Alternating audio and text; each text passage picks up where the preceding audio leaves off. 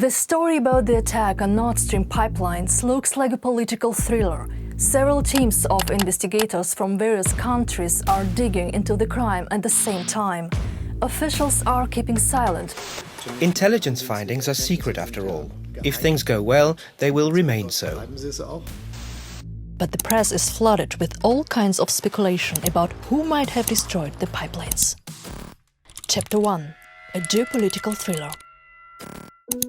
Navy ships or a pleasure yacht, Russian military mini-submarine or Ukrainian divers, a front tourism agency in Poland, a false flag operation.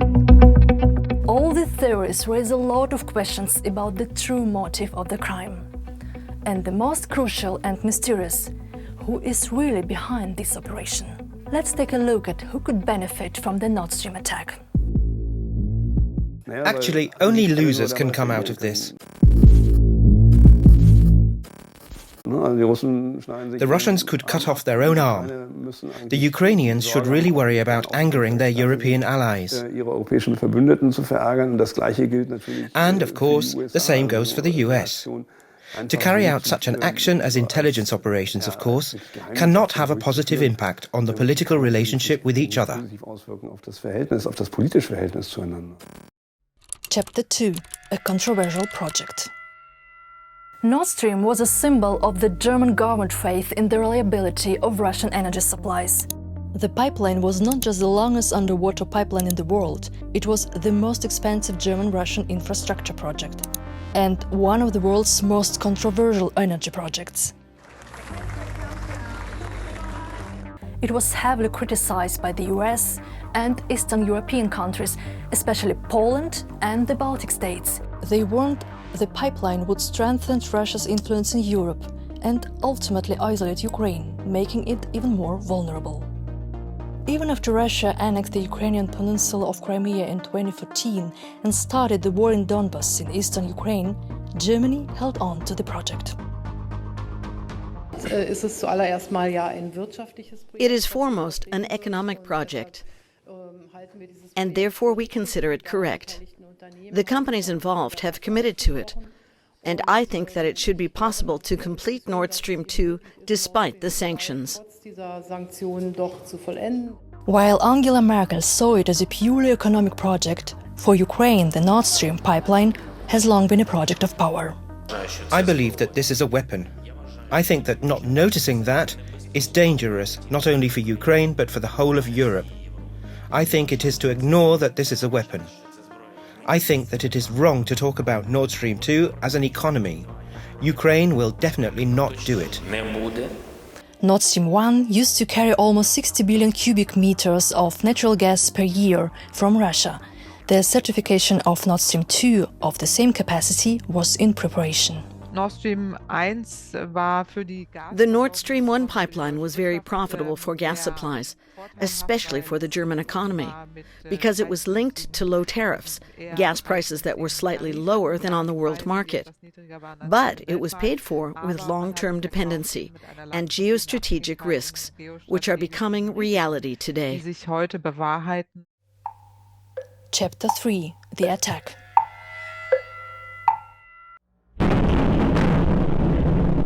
February 24, 2022. The full-scale war in Ukraine changed everything. After the Russian invasion of Ukraine and the implementation of sanctions, Moscow began cutting gas supplies to Germany through the Nord Stream 1 pipeline. At the end of August 2022, they completely stopped. But there was still gas in the pipes. At 2 a.m. on September 26th, a seismic station on the Danish island of Bornholm recorded an underground strike. The perpetrators of the attack seemingly managed to attach explosives to the pipes. There were 4 explosions in total, which ripped holes in the pipes.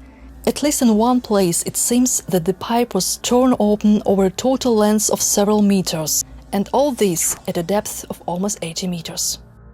2 days later, the Swedish Coast Guard published this video recorded north of Bornholm. Tons of gas rising from the bottom of the Baltic Sea.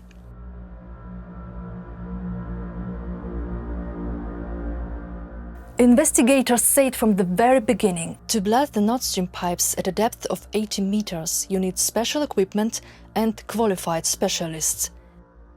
They assume only a state structure could have organized this kind of attack. Chapter 4. A Russian footprint.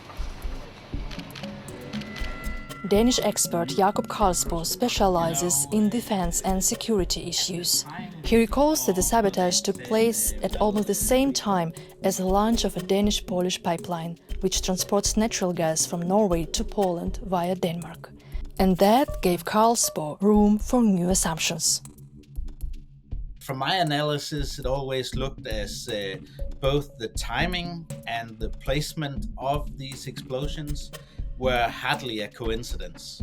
The timing that it happened at the same time as the Baltic pipe was being inaugurated was not a coincidence. It was meant to send a signal that presumably Russia would be capable of doing these kind of actions. In the spring, Scandinavian journalists uncovered new details. 4 days before the explosions, a search and rescue vessel of the Russian Baltic Navy had been in the area of the accident, with a mini-submarine capable of diving to a depth of 1,000 meters.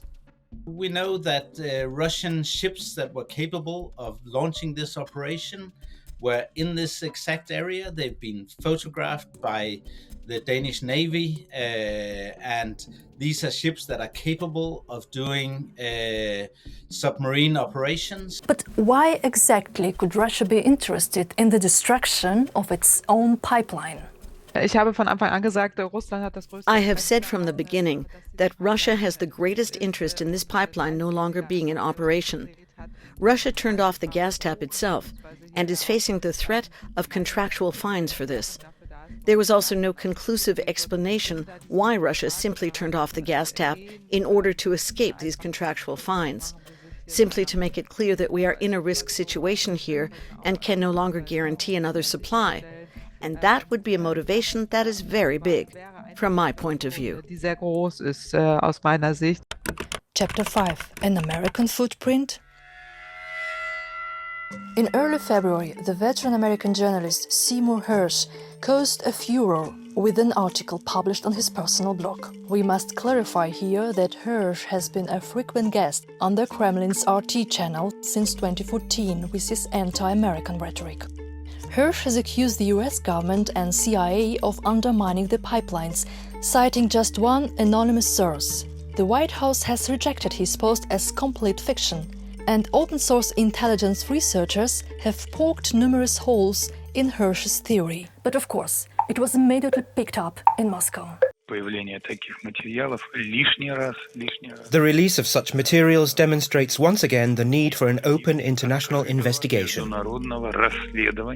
After the attack last September, the Kremlin started exploiting the Nord Stream sabotage for its propaganda war, aiming to stir up sentiments within the EU against Western arms supplies that Ukraine needs to defend against Russia. Sanctions were not enough for the Anglo-Saxons. They moved on to sabotage. It is clear to everyone who benefits from this. Chapter 6. A Ukrainian footprint. Lastly, this theory. Dutch intelligence services advised German investigators to check out the sailing yacht Andromeda in the city of Rostock. They now assume that 6 Ukrainian or pro-Ukrainian persons, 5 men and 1 woman, allegedly rented the boat via a front company in Poland. They reportedly used forged passports for the operation. They are thought to have loaded it with munitions, taken it out to the open sea, placed the explosives on the pipes, and subsequently blew it up. But how? Using a remote control? We don't know it for sure, but again, it's clear that only professionals could do that at a depth of 80 meters. According to the Washington Post, the attacker could have direct ties to the Ukrainian military. Ukrainian President Volodymyr Zelensky denied any involvement in the attack. Nothing of the sort has been done by Ukraine. I would never act that way. Poland also denies any involvement in the sabotage, and Polish prosecutors rejected a journalistic report that the team that blew up the pipelines may have used Poland as an operating base. What about a false flag operation? There is something else that raises questions. German investigators have identified the traces of the explosives on the Andromeda. But why weren't the traces of explosives on the yacht fully cleaned? Why such an amateur mistake? Was it done intentionally to throw the investigators off the scent? Indeed, US and German intelligence and officials don't exclude this theory. Ukrainian authorities have named Russia as a possible sponsor. One of the women who is said to have owned the travel agency in Warsaw has both Ukrainian and Russian passports. German journalists found out that she is currently in Russia and is believed to have pro-Russian stances. Chapter 8: The Markets Paradox. It's difficult to verify the plausibility of all the theories, says energy expert Heike Lohmann. But he points out a paradox. Whoever was behind the attack, it has had a surprising effect on the market. The amusing thing is that for the European and German gas markets, the blowing up of the Nord Stream pipelines was very positive. If you look at the price development, since the supply was stopped and the prices blew up, the prices have just fallen. At the end of August, just before the deliveries were stopped, the peak was reached with over 300 euros per megawatt hour. And since then, prices have been falling. Why? Because with the Nord Stream blowing up and being out of service, the uncertainty about Russian supplies has completely gone out of the market.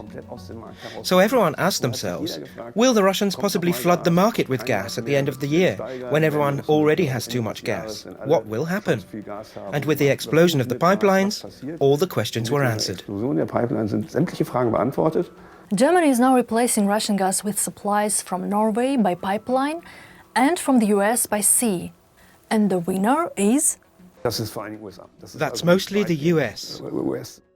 The fact is, we don't get any more gas from Russia.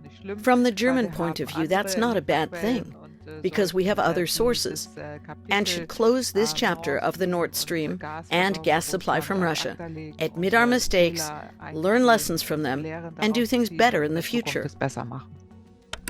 Chapter 9: More questions than answers.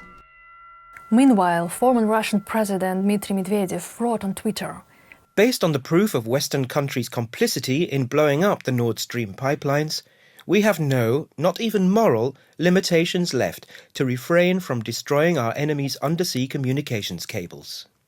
the investigation into the explosion of the Russian-German gas pipeline is far from over. On the contrary, it's gaining momentum in the midst of Russia's aggressive war on Ukraine.